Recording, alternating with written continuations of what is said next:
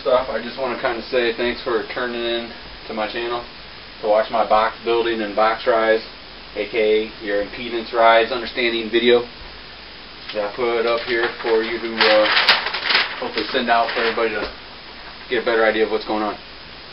First off, I want to say this is not an actual video on how to construct your box.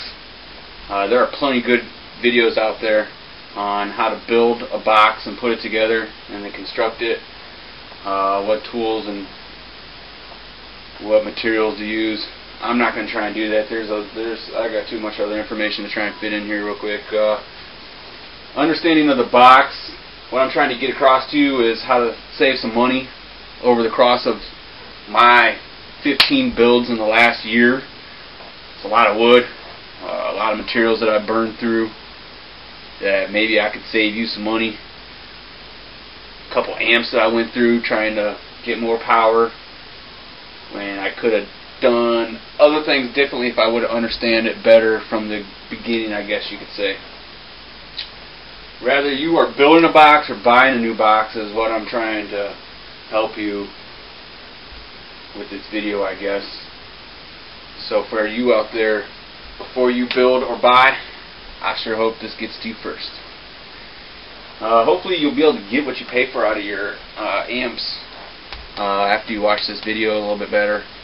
I started out my first build just this year with under 2,000 watts on a 8,000 watt amplifier, and at my last clamp on a single amp I was hitting roughly 6,700 watts on a single clamp of a single amp.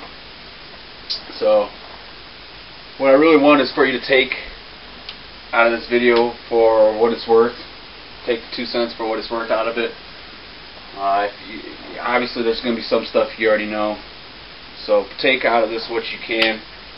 Use it to the best of your knowledge and the best of your ability to get yourself further and maybe even help somebody else understand what's going on. And maybe down the road here we all be a step further with this average dB that you see at roughly what, 144, 145. Maybe we can kick this up a little bit here and maybe, you know, see 147s on an average or something, if everybody could get a great understanding of what's going on in this.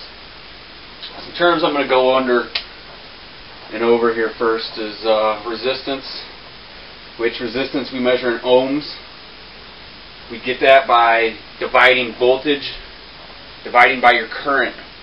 We use a clamp meter, which is in my other video if you'd like to see what that looks like, to measure your current that you clamp onto your positive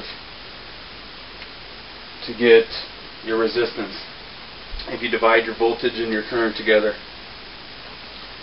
Power is found by taking your current times your voltage. That will give you your power, which the instantaneous electrical power is delivered to a component is the measurement of power. It is measured in watts is what we measure it in. Voltage is the potential difference / voltage drop measured in volts. And your current, which is a symbol by I, seen a lot, through a component is measured in amperes. Building your box or choosing your box, the whys, I guess you could say. I'm not going to really kind of debate this one too much. It's really relative to what you're trying to accomplish, whether it be sound quality or a dB application. So you're going to have to take it for what it's worth and what you're going for, and be able to apply it for how you want to be able to apply it. In your sealed application, you have a totally sealed box that has no port to it whatsoever, no output to the box whatsoever. Your port, you have what's commonly known as a couple different kinds of L ports, round ports, arrow ports. You are going to have, what else is going to help you understand things is the difference between a common box and separate boxes. This can be debated a couple different ways depending on what your application is. Many applications can change how the turnout of things happen many different ways, and what I mean by that, I'm going to go over in a little bit here why separate boxes can vary things a little bit, and what a common box can vary it a little bit. Let's keep on moving on here though real quick. Tuning of the box, how does that, what does that mean, and what is it doing as far as your different boxes that you're about to build in your car itself. As you can see here, I've made a couple different pretty little cheap drawings here for you to kind of understand a couple different things here. Now, in a smaller box, your internal pressure is going to be higher. As your box gets bigger, you're going to get a lower internal pressure. There's not that much buildup going on. Now, the same goes as far as frequency of your boxes.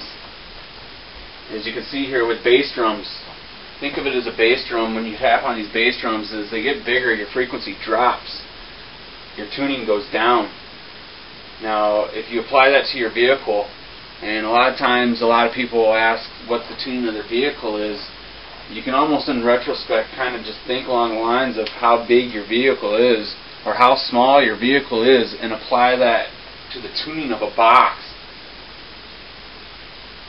You're going to have a lower tuning with a bigger ride rather than having your smaller ride. You're going to have a lot higher tuning on your ride. Now, I'm not going to sit here and try and tell you what to shoot for in your box if you're trying to go for low frequency or high frequency or not, as far as what's going to help you. Now, when you hit a certain frequency that your vehicle is set for because of how big it is, you're going to get help from that.